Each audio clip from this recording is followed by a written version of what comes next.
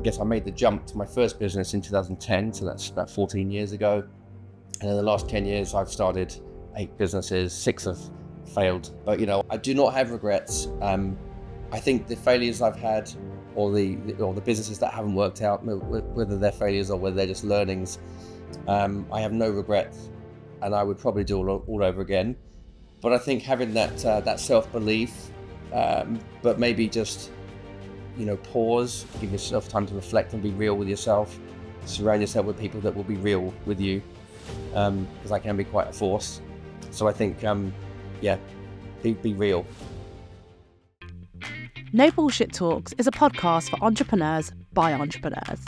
There's too much bullshit out there, especially when it comes to business. This podcast aims to highlight what's true and what's not in the world of entrepreneurship, bringing you honest and raw conversations about the roller coaster that is entrepreneurship. Each week, my guest will be a high-performing entrepreneur sharing the ups and downs of their journey and helping you prepare for the road ahead, while providing you with actionable insights and absolute gems of knowledge. Stay tuned as I introduce this week's guest.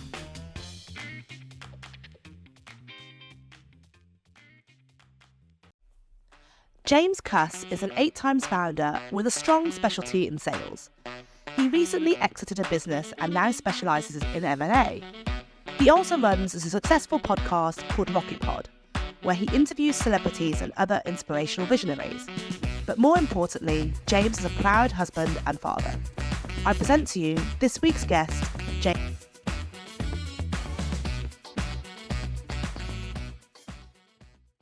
So welcome, James, to No Bullshit Talks. Thanks for having me, Sabrina.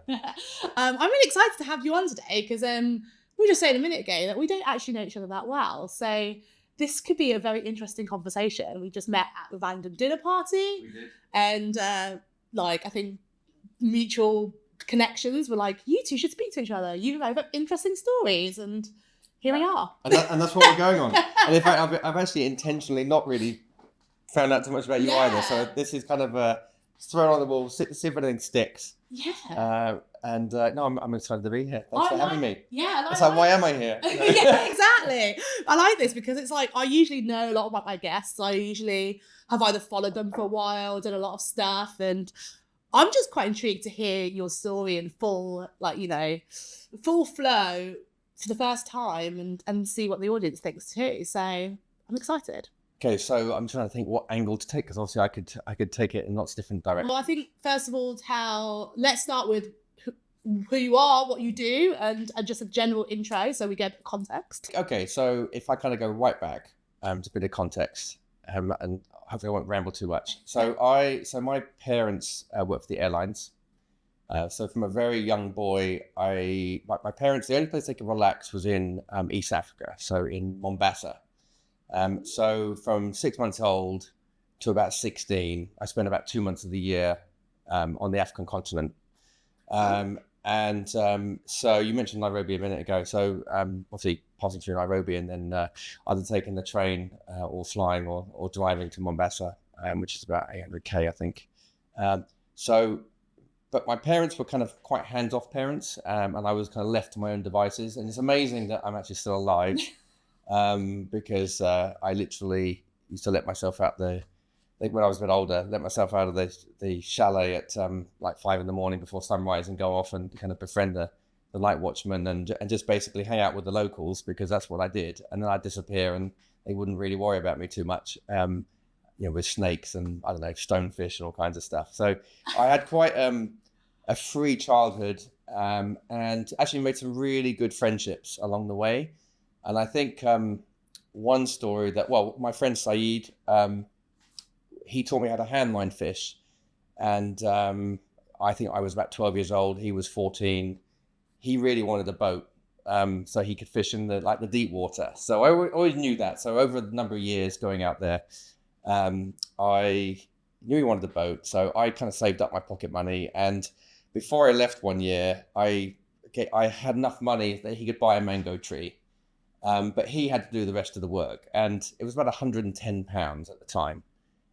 So I was 14, 15. He was 17, and then the next year I came out. He actually had built. He had a boat, and he had a really, really cut up hand. And I asked him what happened. And long story short, he hooked a 132 kilo shark with a hand line. And before he could tie it off in the front of the boat, he cut through his hand. But he landed the shark. And then fast forward 10 years, he had a fleet of boats. He was the chairman fisherman in the village. He expanded his shamba. And one thing that really touched me, just hearing, obviously kept in contact, there was a mango tree in the shamba that he tithes to the poor. So that £100. So basically, I think what it showed me, and it kind of gives me a bit shivers, it showed me that, we all have the answers inside of us. And it doesn't matter whether you're, Saeed, a fisherman, or whether you're an entrepreneur. We all know what we need to do. And sometimes we just need to have someone give us a little head start. So I think having now raised a family, I've got 3 daughters, 20, 18, and 16. It's really time for me. I mean, it's a bit of a transition where I would like to do more for entrepreneurship. So I'm kind of a fledgling angel investor because I'd like to kind of give back a bit because I haven't really done anything since then, so now it's my time how do I add value to the world? But anyway, there you go. That was your first angel investment though.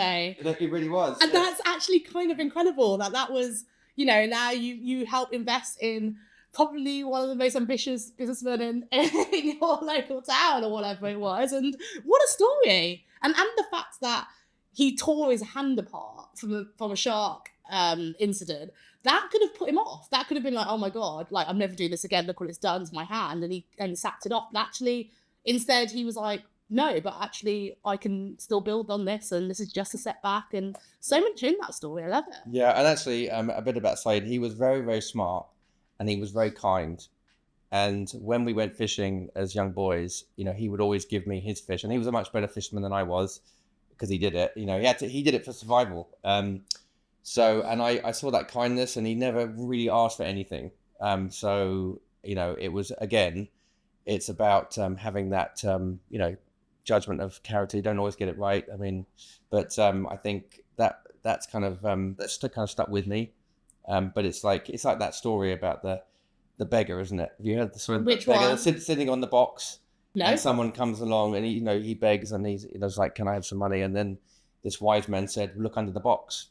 And so the beggar looks under the box and it's full of gold. So the gold's, and again, it's an analogy that we've got all the answers inside of us. We're always sitting on a pot of gold, but we just don't realise it. Interesting. I do like that. And what an intro. So, I mean, that was your introduction to, I guess, entrepreneurship in a way, and what you could do with such little money and how you could turn it into this massive thriving business with, I guess, someone who can support you and actually, believe in you. So I guess my question is, you said you haven't done anything since then, not in terms of angel investment, investing in others, but obviously you've run your own business. So what did you do in your own business? So I think I've kind of been, so I spent most of my adult life in the US. Mm-hmm. And I think what that taught me is that what I love about the US is it's very much that can-do attitude. And, business is quite transactional, but almost success is celebrated. If someone's doing well or they're driving a nice car, that is like good for you, whereas in England, it's a little different. I mean, I know there is that, but, and I don't want to generalize here. So, my experience in the US, I worked in lots of different industries, but I was always like kind of a top line revenue guy. Okay. Did I really say that? If I repeated myself. So it's always about how do we get more sales? Yeah. So, in my career there, I started actually in recruitment. So understanding industry and both sides of the market. So I represented candidates and companies, and it was in IT. And it was actually through the .com crash. And then I moved to sell enterprise software to brain surgeons. And then ended up selling air charter, fixed and rotor wing aircraft into places like Afghanistan. And I jumped around the world a little bit as an international sales guy. So I've managed territories in the US. I've jumped around the world in international sales. So just knowing that I was always in the top, 5% of sales people. So always the one bringing in the revenue. So just having that confidence that I could actually make things happen and bring money in. I've always been quite entrepreneurial. But I started I made the jump to my first business in 2010. So that's about 14 years ago. And in the last 10 years, I've started 8 businesses, 6 have failed. But, I've got one really good one and, I've got, and a few other ventures. So it's and I did that with a young family. And I've done some crazy things, but it's just having that belief that you can make it work, and then just trying to be resilient. But I've learned the hard way, believe me. It's amazing I'm still married. So. Do you know what? I love that so much, because you said that so blasé, like, oh, I've run 8 businesses and 6 of them failed. Like, it was just, you said it is a matter of fact that that's what's happened, but you also said it like you didn't really care. Like, you said that, in America, people celebrate success, but I also think they celebrate failure. Like, in America, I feel like the attitude to failure was definitely more progressive than in the UK. We're catching up now. I think people are more like, embracing failure. But in the US, it was always about that. It's like, learn from your failures, like celebrate the failures. And the reality is, most of the top business moguls have had a ton of unsuccessful businesses in the past, but we don't hear about those. They're not the ones put in Forbes magazine or whatever. That's not the one that sounds sexy on social media. It's like, they don't talk about all those failed businesses. They talk about the unicorn that was founded and the overnight success that actually took 10 years. And it's that sort of stuff. And so I actually just found that so refreshing, the way you said that, because it was just like, yeah, I've done a bunch of failed businesses, but I'm still here. Well, and actually, a lot of people might be listening to this thinking, what an idiot, and I have made some serious errors, and I've certainly tried to make things work. So I think there is a dark side. I mean, a lot of the failures have been very, very painful, and it's been because I think you do get quite attached to your businesses. So they're kind of your baby. And I think I need to get better at failing faster, because, I've kind of hung on to things too long. Yeah. I've hired salespeople before there's actually a product market fit, and spend tens of thousands of pounds on that. Yeah. So I think but every experience, it doesn't define you, the failures. And I think we've all got imposters, and, we've all that little voice on your shoulder saying, what are you doing? And, you're failing. But actually it's just having that belief, I think, just to keep going. But I think resilience is a lot about rewarding yourself along the way. And that's something that I didn't realize. I would pay myself nothing and, really suffer, and think resilience was all about like just suffering and pain. And actually that isn't necessarily a good, healthy way to go about it. So I think, you learn a lot from each, thing that doesn't work out, but it doesn't define you. So I think that's the message I'd want listeners.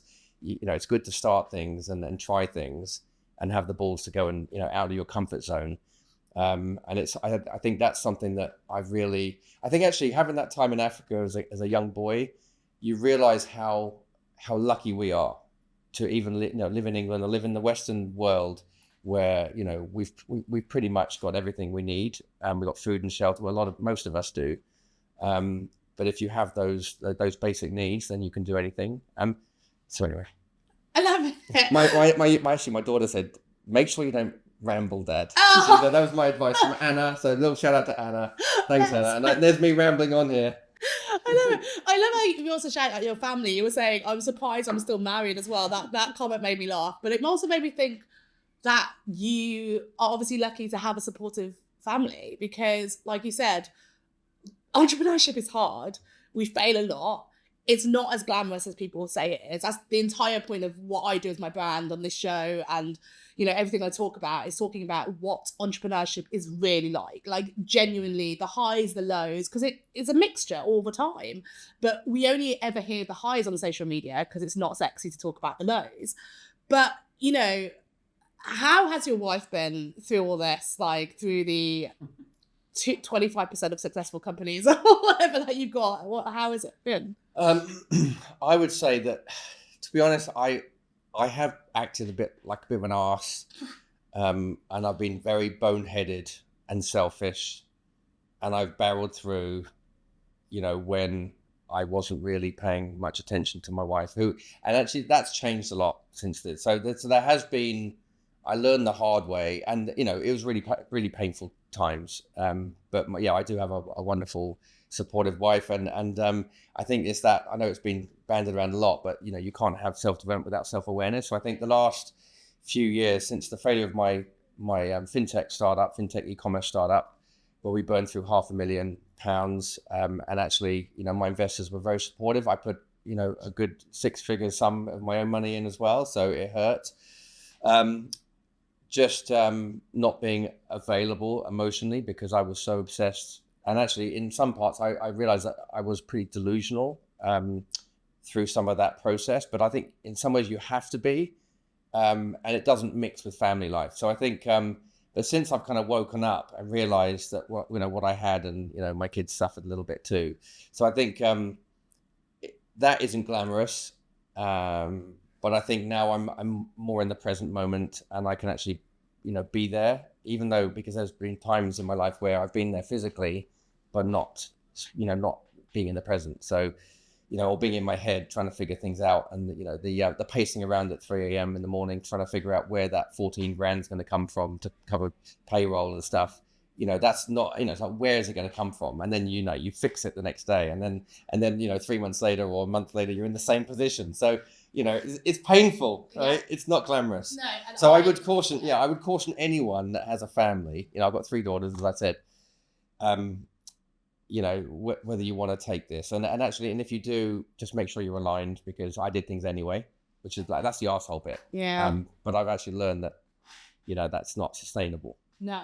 So that's the unfiltered answer. No, but I love that. There's no bullshit, right? It's the whole point of what we're doing. But I just think that I totally get it. And what you said about the payroll thing, and that is the reality of it. And it's tough. And especially when other people's livelihoods depend on you and your decision making. And I've been there as well. But I think that I hear so many stories of either business owners who slave away for their business, and they finally get that exit, and then they get that big payout, and then their wives leave them and go, thank you for that money, because I deserve that, because you treated me like shit for the last 10 years. And so that's my payoff for the fact that you've neglected me. So I'm now divorcing you so I can enjoy my life, and I'm going to take half that money that you just got paid out.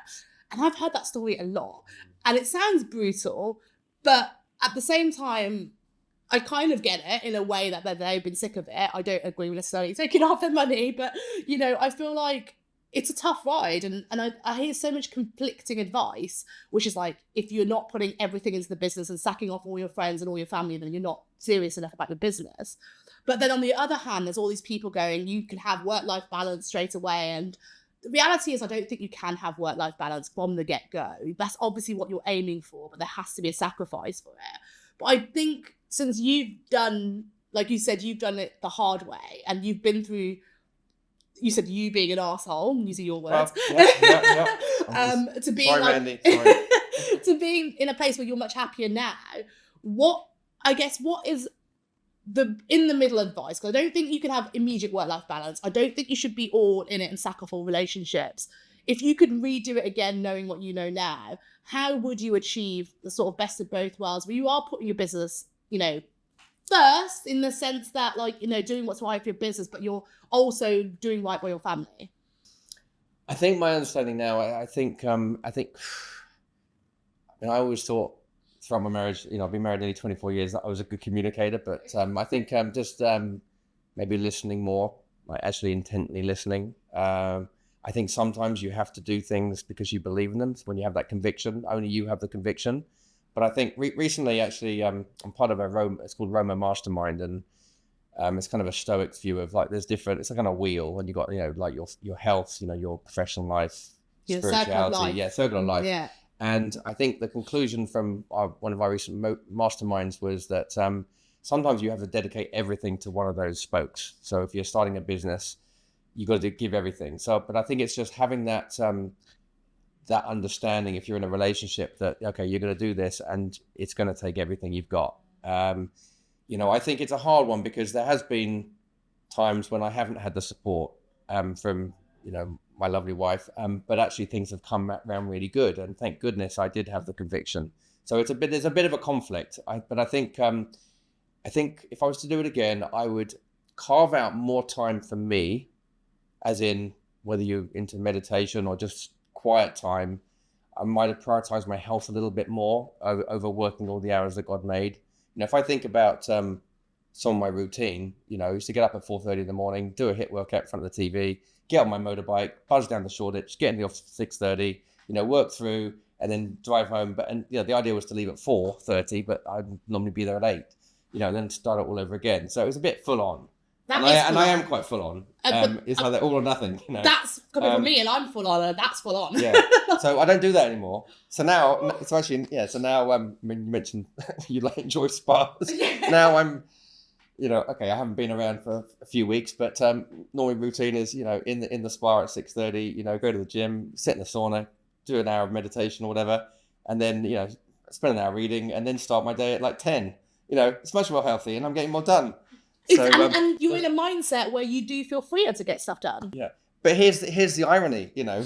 I can because I've got the resources to do it. So back then, I would borrow money to pay my mortgage and borrow money, and it's like a vicious cycle, and then get more and more into debt, and then to keep things going. But that's the thing. You've got that financial stability now, which you may or not have had before, and I think that's why I don't like some of the just get work-life balance now advice, because some people just don't have that option. Like if you're sitting there in a rented home, or even if you've got your own home, but you've got a mortgage to pay, you've got bills to pay, and no money's coming in, you have no choice but to work your butt off. Either go get a job, but say if it's your dream to be an entrepreneur, you've taken it upon yourself, you've got to work your butt off. You've got to do everything it takes to be successful and earn that money. And I spoke to someone this week who basically is started their own business only about 6 months ago, and they're really like, I don't think it's for me. And I'm like, okay, so what's happened? I'm not really getting many clients. To be fair, you're in a financial crisis here, so tell me what you've been doing. And I'm like, have you tried this? Have you tried? No, not tried any of that. They've basically not done anything, and they've posted on LinkedIn once a day, and I think that's how you should get business, because they're seeing other people going, I post on LinkedIn every day, I get 100 grand a month. And they're seeing all this other stuff and all these posts go viral, and they're like, why aren't mine doing that? Like, I'm following everything they're saying. And I think that there's so much bad advice out there, making it look like it's easy by 5 simple steps to business success. There's lots of that. Buy my course and I'll show you how easy it is. That it's making it look like that is just a simple formula for business success. And I think that's putting people off. Yeah, it's interesting, isn't it? I actually spoke to a really interesting guy yesterday, a guy called Felix. And he was talking to me about, he's kind of a transformational strategic coach, but he was talking to me about people are like rivers. Rivers will always find the easy route. Mm-hmm. And, I need to, there's certain things in my life and my business interests, I need to toughen up a little bit. Mm-hmm. Because, it's like, how do you hold yourself accountable? And certainly if you have a team, how can you be, I don't know, maybe that's not... people think it's an easy fix, and I think there's a lot of wonderful things happening in the world. Like I do see a move to more individuality, and I know everyone's trying to be their authentic selves, and but a lot of it is rubbish. But no, it is important for you to connect with yourself, but you need to figure out. There needs to be a route to making a living or money, isn't there? I like the Ikigai thing, where it's like, what's your purpose, and what do you do for money, and what do you do for fun? Yeah. What do you do because you believe in it? It's like I haven't actually spent time to actually do mine, but I'd like to. That's what I only found my Ikigai recently, and it was because I was in Italy. I was at a conference, and I just didn't enjoy what I was listening to, so I decided to just go for a walk. And it's weird because I travel a lot by myself as well, and people was like, you're a solo female traveling in a country where you don't speak the language, that's so dangerous. And I've been to like Joburg by myself, so I feel like I've done it. Been there, done it. Maybe completely idiotic, but I'm still here alive and nothing bad happened to me. But I just went for a walk, and when you're just in a new place and you're just absorbing everything, which is amazing creativity, there was always an idea that I wanted to do. It was a business plan I wanted to do 5 years ago. And somehow it just all came together. And I had this aha moment that I was supposed to do what I'm meant to do. And it was the idea for Knobs, the members club that I now run. And I was thinking about the Ikigai. And I was like, obviously it's called Knobs, which has made it brilliant. And I don't know how I even just made that name all come together. But I just went back and took a notebook, and we were talking about this earlier about analog versus digital, and I run a creative agency. I'm digital as hell, but I just took a pen and paper and sat with an espresso looking at the Colosseum, whatever it was called, that thing. And I was just sitting there and I was just writing it all out. And I was looking at, and the Ikigai is, so the 4 bits, right, are what are you good at? what does the world need? What can you get paid for? And what do you love doing, right? And that intersection of all four is your Ikigai, which is the Japanese proverb for purpose, right? So, and I was sitting there going, yeah, well, I'm good at connecting people. Like I've got a great network and I'm very chatty. And so I'm good at connecting people. I absolutely love it. I love talking to people, hence the podcast and hence the reason you're here. The world needs more genuine connection, right? The world is sick of the Zoom connection and people selling to people and all this fake stuff. Like people want no bullshit and realness at the end of the day. People will pay for that. People will pay for that. And they are paying for it. And I was like, this is what I'm meant to do. And it was something I wanted to do 5 years ago, and I created the company called BYOB. Instead of bring your own booze, it means be your own boss. Yeah. And it was the same sort of thing. So it was for founders. Okay. But do you know what's weird? COVID happened, destroyed it, the vision of it, because it was all events based. But actually, it was a godsend because 5 years later, I have a bigger network. I am way more connected. I'm way more knowledgeable. I've absorbed a lot more information. I have much more purpose and drive. And actually, it's the perfect time to do it. And it's suddenly, I created all this different stuff and brought it all together. And that was my Ikigai. And I feel so much more connected to it and so much more empowered from it since I found that. And actually, all the things that go wrong and don't make me money, I know that they will eventually because I believe that is my purpose and that's my Ikigai. So I do think it's well worth thinking about because I just feel so much more confident about everything I'm doing now because of it. That's amazing. Thank you for sharing. So, okay, so this members network. Yeah. So, explain the process. What if I wanted to join? I'm a newbie.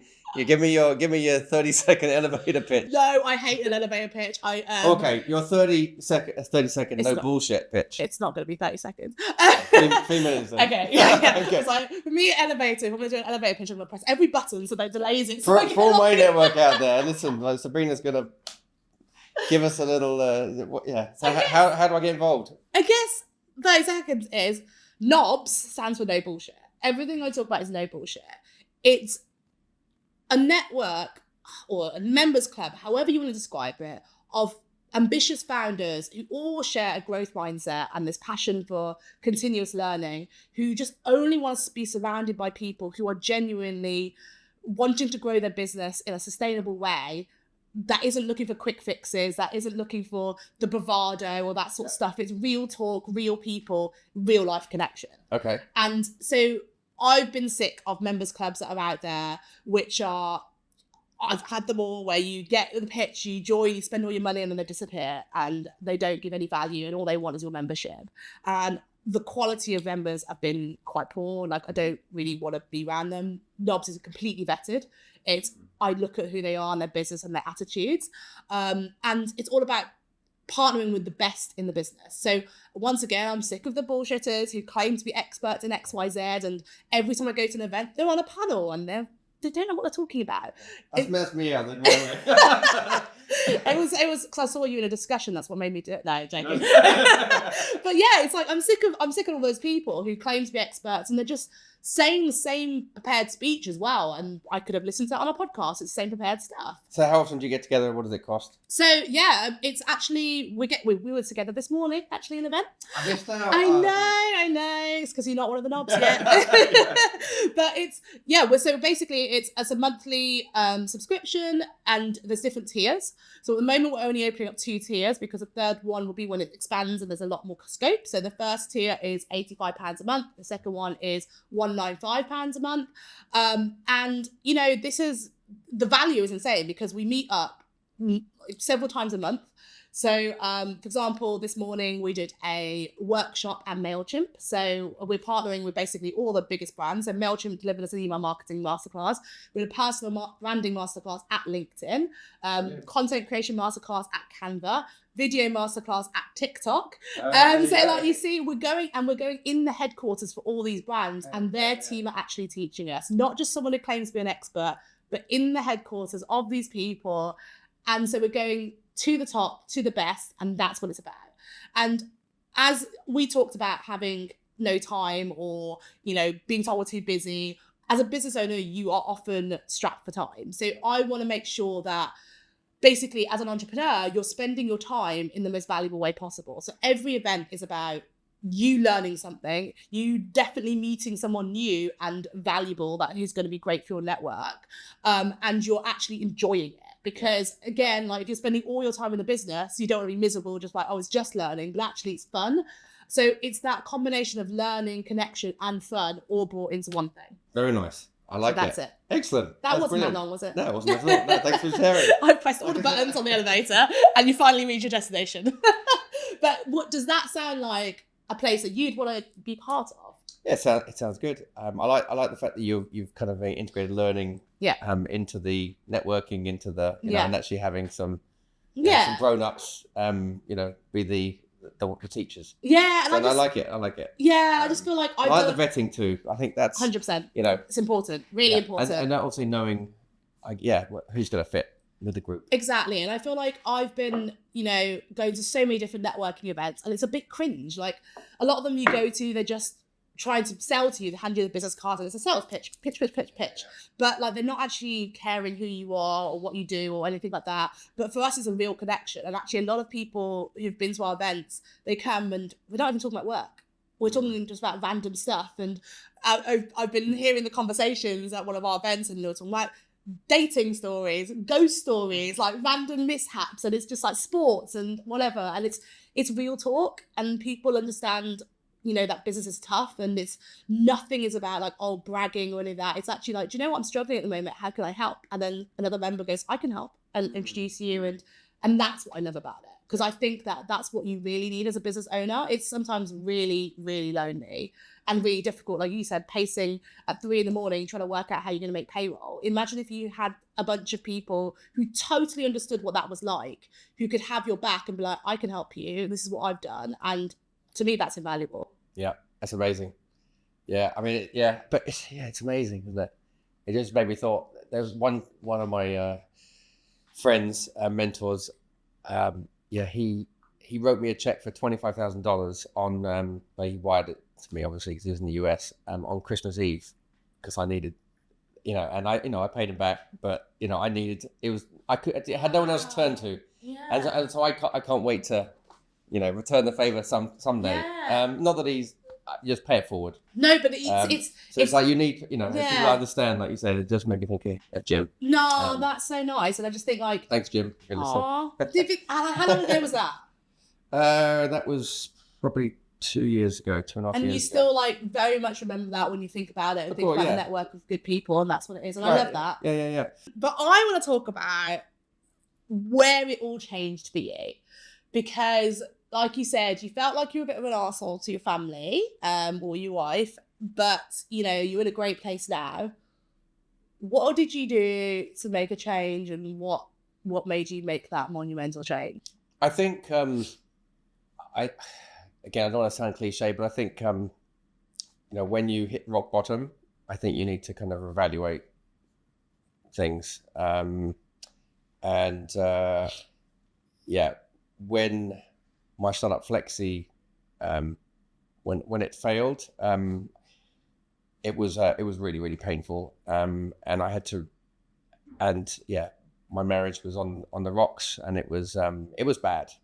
I had my bags packed. It was really a bad situation, and actually my family did actually intervene temporarily, and basically, talk me out of just like chilling out a little bit. So I think I do thank my family for that. So it was probably the closest I've been to being completely unhinged, because everything basically fell down. So I think that for me, that was the moment where I knew things had to change, and that's when I realized how much I had, when I hadn't really. I mean, when I say I was an arsehole, I was just emotionally unavailable. So I've always been, as kind and supportive as I can, but I was just in my head and just not there.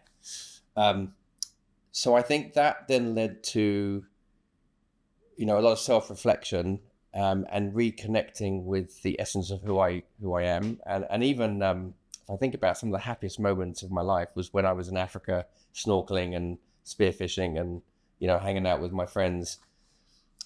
So I think I kind of reconnected with that inner child, and I am someone that likes adventure, and I think because I'm the eldest of four, my my parents were busy with the young kids, so really I had, so I had to do quite a lot to get attention, and so I think back to the conversation. So reconnected with myself, and looking after my, just getting more active. So working out, looking at, meditation, just having time for myself, and then just to pick the pieces up and rebuild, and then, and letting go. So before the business actually, I mean, I gave myself 6 months to sell the platform that we built.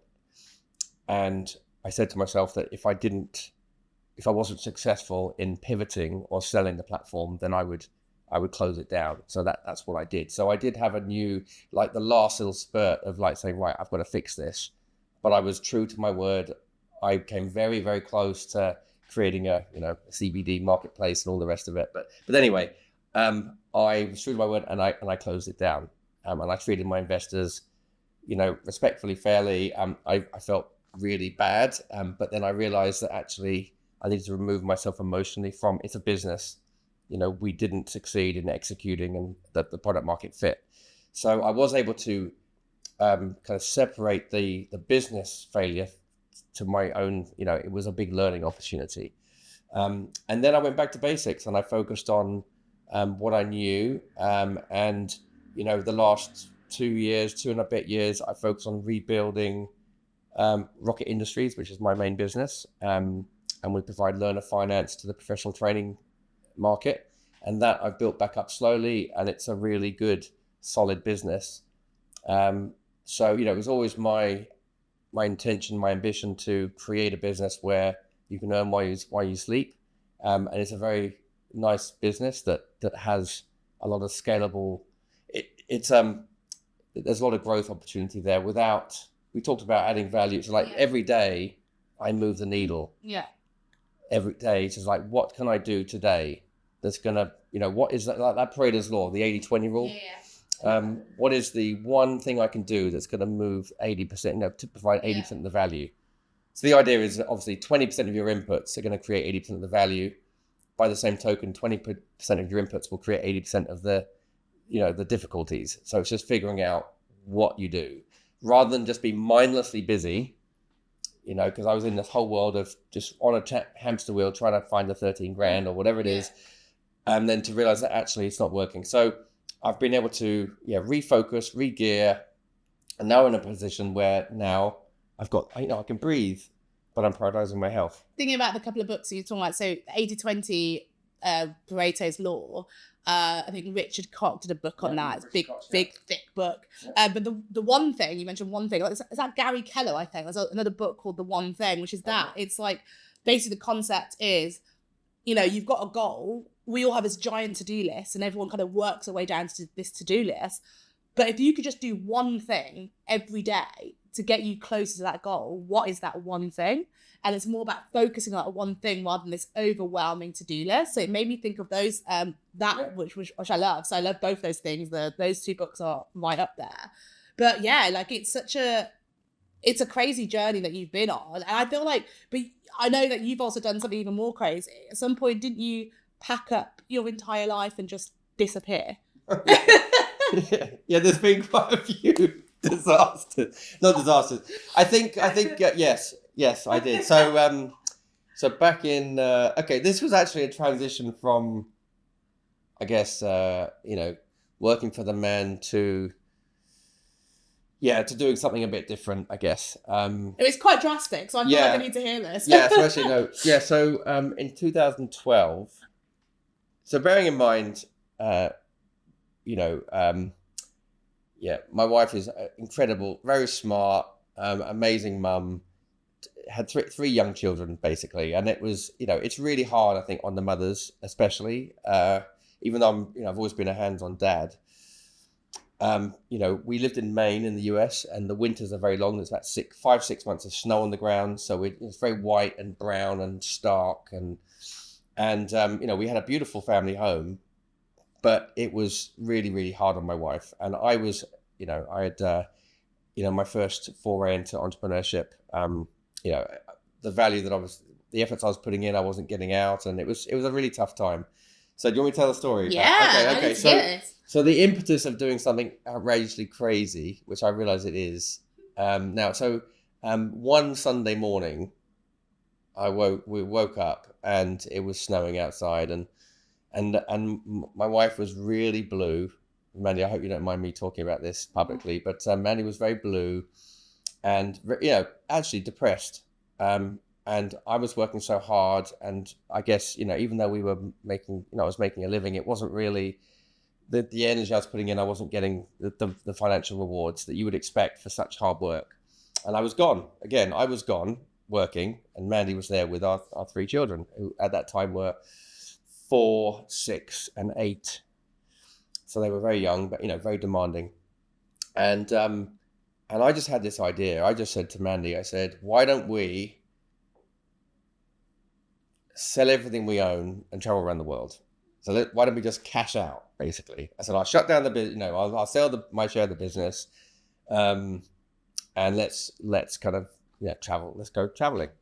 And this curtain, because I remember telling this story, this curtain switched on, and her eyes lit up, and I could see, and that I thought, that is the girl that I'm in love with. That's the girl I married. This light went on. She had that spark. So that's what we did. So over the next, again, I'm getting shivers. Over the next 6 months, we basically started liquidating. I literally liquidated everything we owned and sold the house. And actually, at the time, there hadn't been a house sold in our particular area. So we lived in Maine, New England, which is, it's a very beautiful town of Bath, Maine. It was an old shipbuilding town. So they built all the tall ships back in the 19th century. So you got all these really big homes, but the economy kind of changed, and it's kind of a quiet New England town. So there hadn't been a property sold in about 18 months, and basically managed to. We sold our house, and I knew what I needed for it. It's another story actually. So knew what I needed for it. Everyone thought I was crazy, pricing it. So at the point that we did, and there was a chap that came around to look at it. I pitched it as like a rent to buy, and they really loved it. And anyway, long story short, they wanted to buy it. When the bank appraised it, the bank appraised it for $50,000 less than what we'd agreed. So but I didn't use a realtor, because realtors in the US they charge about 5%, 5 to 7%. And he called me and he said, "Now we get to negotiate." And I said to him, I'll write you a mortgage for the difference, because I knew I needed the money. Otherwise, we couldn't travel. And he went quiet for 12 seconds, coughed, and actually came up with the money. So I sold the house, first house in 18 months for $50,000 above what the bank would lend him. And it made it all work. And then I went to, when we closed on the house, I went to the lawyer to pay for the closing costs. And the lawyer said, put it towards your travels. We had about 10 yard sales. I got to know all the neighborhood. We liquidated everything. We had people come in the house. I'd say, "How much would you give for my, $4 grand TV?" They said, "I'll give you $300. And I said, "Would you give me $400 if I throw in the Game Boy, the PlayStation?" And they said yes. So, we had all this expensive furniture. I think our couch was like, I don't know, was that $14,000 or something ridiculous? Big old couch. Sold that for, several $100s. So we basically liquidated. It's like unscrewing pictures from the wall, had an electric screwdriver.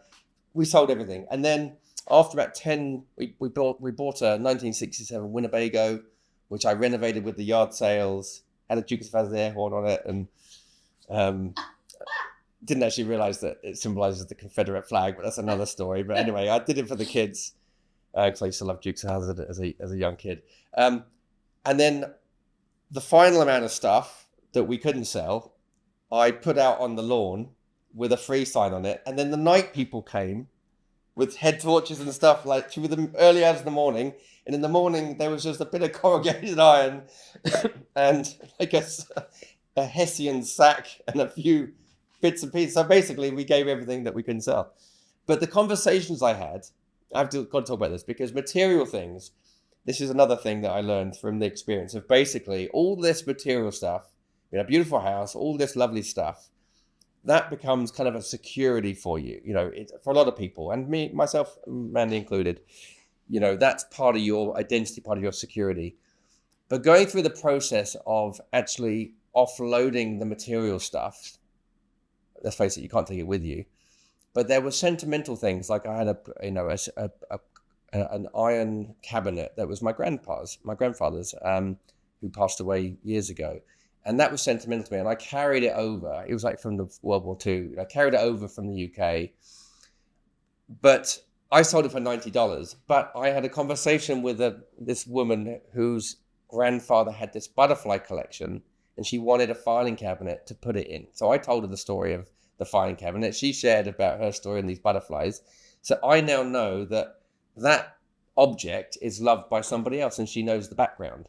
So actually by doing that, I was able to have these conversations with these people that I didn't know, and everyone was excited about our trip, and our kids were, when we left, they were 5, 7, and 9, and we traveled around. We were off the grid for 18 months, and we traveled around the world, and it's part of them. We homeschooled, our kids, our girls, and it was an incredible experience. And it did actually, I was able to connect with my family at that point, because up close and personal, realized that actually every single one of our daughters' minds work very different.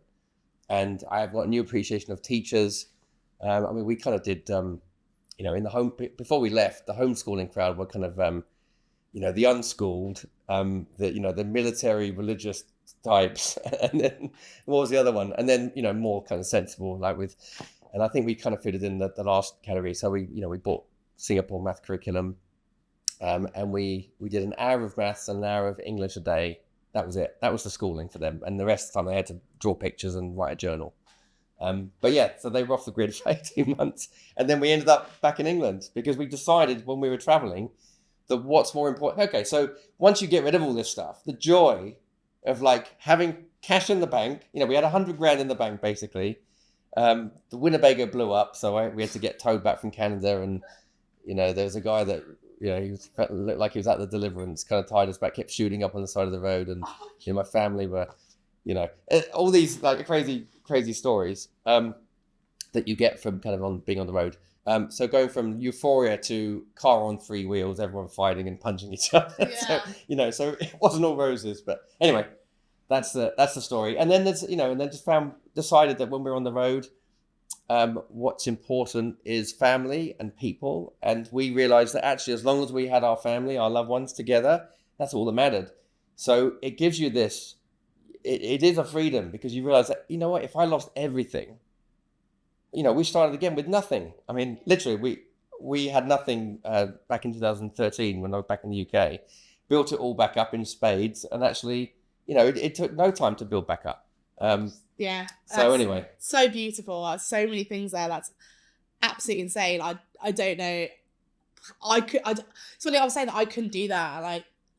But it's funny, because I had the realization of something similar the other day, where I had a situation, and I think I was worried I was going to lose everything I owned. And then I started to sit there and think, what if I did lose everything I owned? What if I only had my partner and my dog and a house, a roof over my head at least, and nothing else? Would I be okay with that? And I was like, yeah. And actually, when I realized that, I was like, damn, I'm actually really lucky, because actually I don't need anything else in my life. And this is me who likes material things as well. And I just realized actually that they're not important.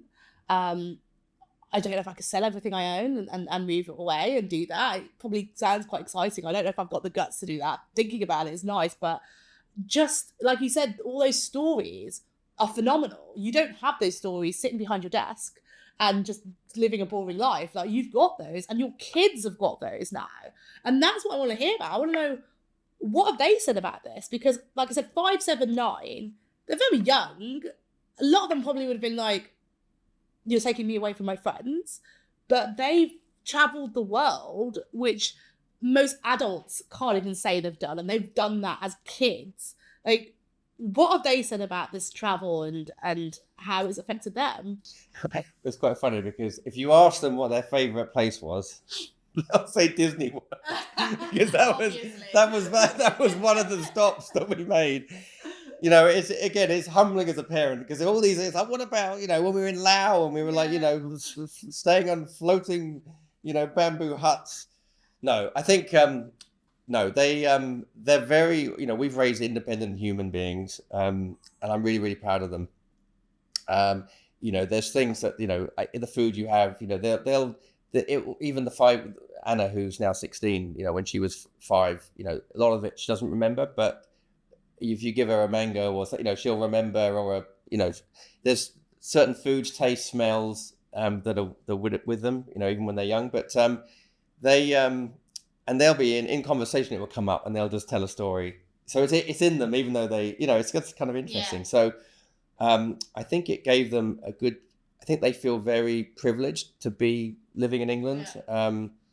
And they have a different perspective, different worldly perspective about how other people live. I think it was really good for us as a family to do. And it definitely brought us closer. And I think actually, I repeated the same behaviors with my other startups and not being present. It kind of, that led to us going traveling in the first place, and I did it again. But now I'm, the second time, I'm not going to do it again. But no, do you want to talk about? I can tell you about my kids a little bit. My eldest Eva is 20. She's flying back from New York now. She's BA cabin crew. Oh, so she didn't want to go to uni. And then my 18-year-old left home 7 weeks ago, and is moving to the US in September. But she's left home at 18. And my young Anna, 16, she's a good street dancer, but she's very independent and very smart. And she crocheted an entire dress in the last 48 hours, and it looks amazing on her. She only started crocheting 10 days ago. So they're cool kids. Oh, I love that. And and obviously they've built up so many incredible skills from traveling the world and doing all that sort of stuff. So I think that's amazing. So you've been really transparent about, failures in your businesses, but I'd love to kind of touch upon, I guess, what the biggest mistakes you have made are, because you've obviously learned from them. And now you're in a place where you're successful and you're happy and you've doing things right. So can we talk about, I guess, some of the things that went wrong and what you've learned from them, and I guess advice for the people in that situation, and what you're doing right now? Okay, so what do I do? So I think we touched on it earlier. I think if you are in a relationship, then I think just being real with that person, being present, and just giving yourself time to kind of be self-aware. I think so. That would be one thing that I wasn't. So I think it's are you starting the business for the right reasons? Is there a market need, or is it because you just want to be your own boss? Yeah. What are the motivations? Be reflective on that, and sometimes you can make the break and figure it out. Yeah. But just be real with yourself. As far as the actual startup, I don't think it was greed. I think it was probably ego driven, but I think the valuation of my business I set very high. I started off at a 10 million valuation, and I put the board together at that, and actually, was reasonably successful. Anyway, we ended up selling it, raising it like 3 million, but it was still overvalued, and I turned away a lot of good investors. So I think, and a lot of it was because of my bit of naivety, not really understanding how the raises work, and because I'm not really a numbers guy, I'm not a banker. Yeah. I'm all about, I mentioned earlier, I'm a kind of top line revenue guy. Yeah. Let's get the money in and and figure it out. So I think, but you can only really get this through experience. So it's kind of a bit of a tricky one. Do you think maybe you should have hired a finance person to help you more with that? Is that what you probably take away from that? No, I convinced the finance people, because I could sell it. I could sell it. So the market was big enough. And so the other thing as well, I think I hired salespeople too soon. So hiring a 50 grand sales guy when you haven't actually got product market fit, again, that delusional piece. What are the numbers saying? So I think you've almost got to do it yourself for longer. So again, that was a bit of a, and then you end up letting people down because the money runs out. Yeah. And even though, these are all little mistakes, but they kind of add up. But I think, and the last thing is, maybe fail quicker. And I know everyone says it, and I knew it, and I've read about it. And a lot of these things I knew, but I still did them. So, I did a lot of things right. But, obviously, Ukraine war happened. My CTO was Ukrainian. He had to go rescue his family, My other co-founder, her daughter was very unwell and had to, but, would it have been right for me to fire my co-founders? And no, I didn't do that because they're, I wouldn't want to do that. So, but again, it's like separating things. So it's a hard question. I don't have any regrets though. I do not have regrets. I think the failures I've had or the businesses that haven't worked out, whether they're failures or whether they're just learnings, I have no regrets, and I would probably do all over again. But I think having that self-belief, but maybe just, pause, give yourself time to reflect and be real with yourself. Surround yourself with people that will be real with you, because I can be quite a force, and that's not always good. So I think, be real. Well, that's it. No bullshit, right? Yeah. Because I'm definitely about it. So I do love that. I think that, failing's okay. And like I said, fail fast so that you can learn, but you just have to learn from those mistakes. And if you don't, then it's definition of psychopath, right? So, but what are you doing now? Like, what are you working on? Have you got anything new ventures in the pipeline? Like, what does it look like now for James? Okay, so my main business is Rocket Industries. So we operate in the professional training space, and the main piece of business we do is we actually integrate learner finance into sales operations. So, for example, if a training business wants to sell a cybersecurity course for £5,000, that's quite a lot of money if you're pushing trolleys at Sainsbury's. But if you could spread that £5,000 over 3 years, then it breaks it down into monthly installments, which are affordable. So we're actually helping learners access courses that they can help themselves get better jobs and upskill. The training business gets paid in full by our lending partners, and then the learner gets to spread the cost. So that is a growing concern, and I think the education system in the main is kind of broken, and we're seeing with the speed of technology, we're seeing more professional training or commercial training providers pop up. There is an entitlement mindset in the UK where people think that education should be free, but actually, if you really want to get ahead, pay for a quality course and upskill, and you can learn skills that are actually applicable and relevant. So you can basically go from pushing trolleys at Sainsbury's in this example to making 40 grand a year or 50 grand as a starting salary. So that's the main business, and it's growing. And we only work with multi-billion pound lending partners. So we don't work with small companies. We work with big ones, the ones that are going to be around for many years. Yeah. And then we have another side of business on the M&A side, which we will help training companies exit. So we have a small panel of acquirers, and these acquirers do have money. A lot of people will say they have money, but they don't. Yeah. So because we're in the market on a daily basis, we know who might be looking to sell. And most of the transactions we do are trade sales. So it might be a cybersecurity training company looking to get into networking or another type of IT which they're not in. So it's kind of expansion. But as you pointed out in your questions, there's different motivations for why people sell, why people buy. Yeah. So that's what you're working on at the moment. Is there anything else in the pipeline for you coming up, or is it all focused on this now and trying to do a good job with what you're doing? So the main venture that I'm working on, we're on a podcast called Rocket Pod, and it's deconstructing how visionaries can take an idea and put it into reality. And I'm just really fascinated how people can have an idea and put it into the physical world. So that's kind of the idea. So with the Gold Olympians, entrepreneurs, I kind of try and figure out what makes them tick, what drives them, how do they do it, and everyone does it different. There's 101 ways to skin a cat. But as you know from podcasting, on its own, it's very tough to actually, right now it is not monetizing. So we have some challenges with traction, and we're trying to figure out what product we can develop that we can sell, because it started off as literally, and we talked about privilege. I realized that very privileged.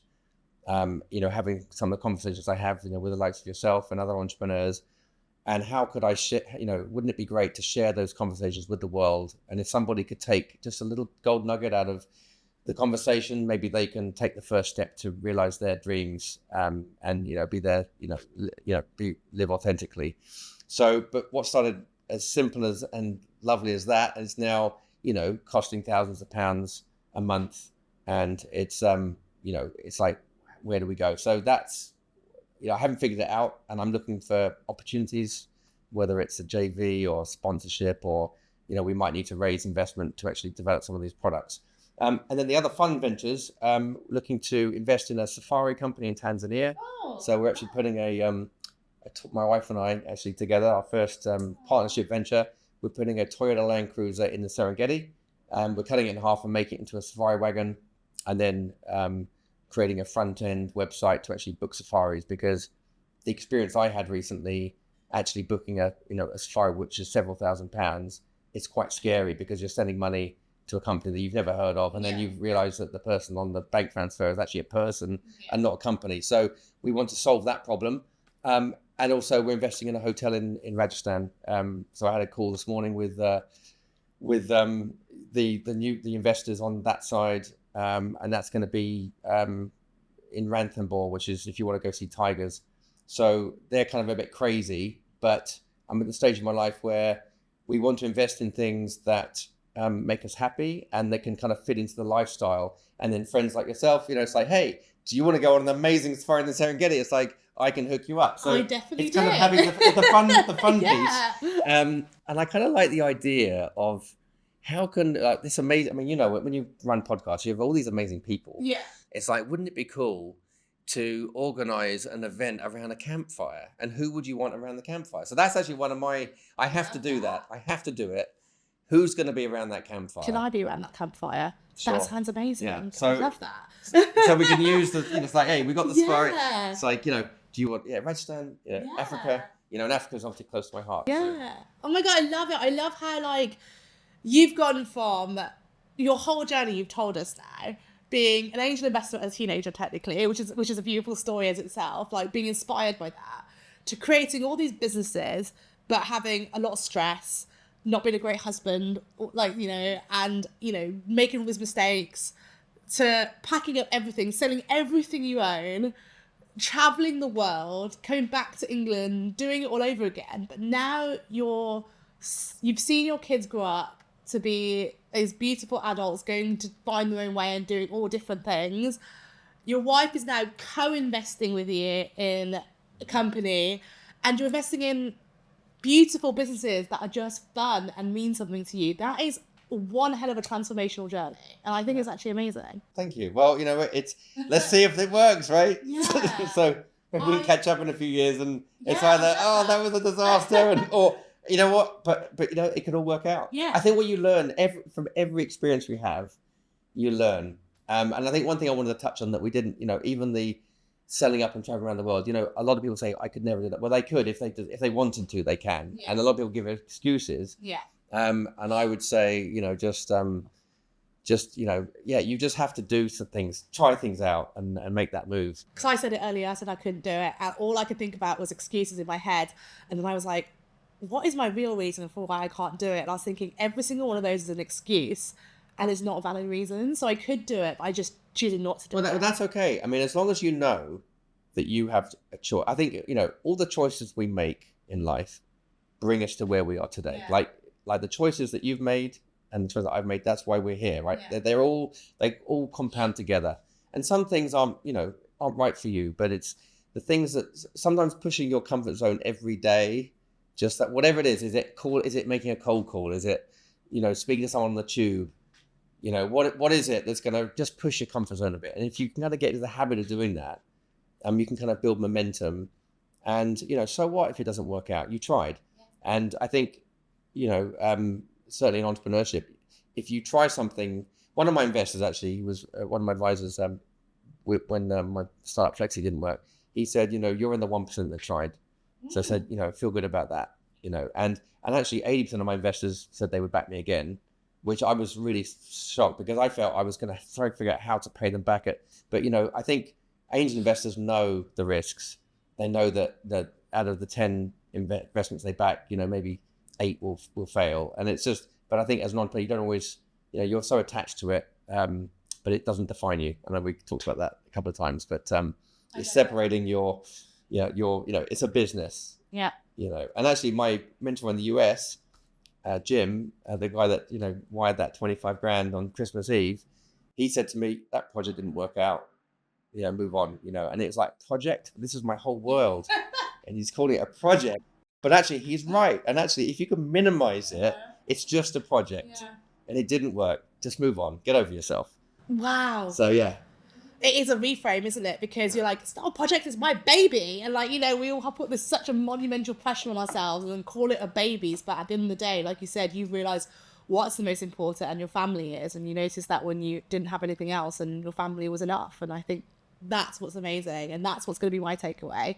And I think it's been an amazing episode. So thank you so much for joining me. Thank you, Sabrina. It's been a pleasure. Thank you.